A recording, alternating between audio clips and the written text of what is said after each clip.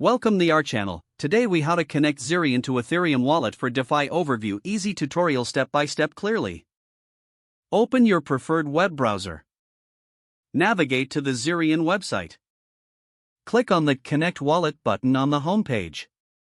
A prompt will appear asking for your wallet type. Select Ethereum wallet from the options provided.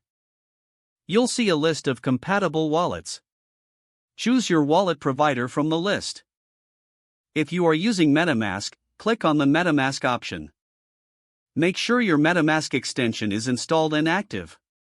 Log into your MetaMask wallet if you haven't already. Once logged in, allow Zerion to access your wallet. Review the permissions requested and click Connect. If you're using another wallet, follow similar steps for authorization. Once connected, you will see your wallet address displayed. Next, navigate to the DeFi section on Zerion.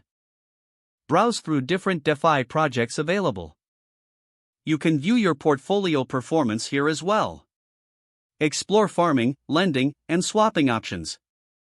To invest, select a project that interests you.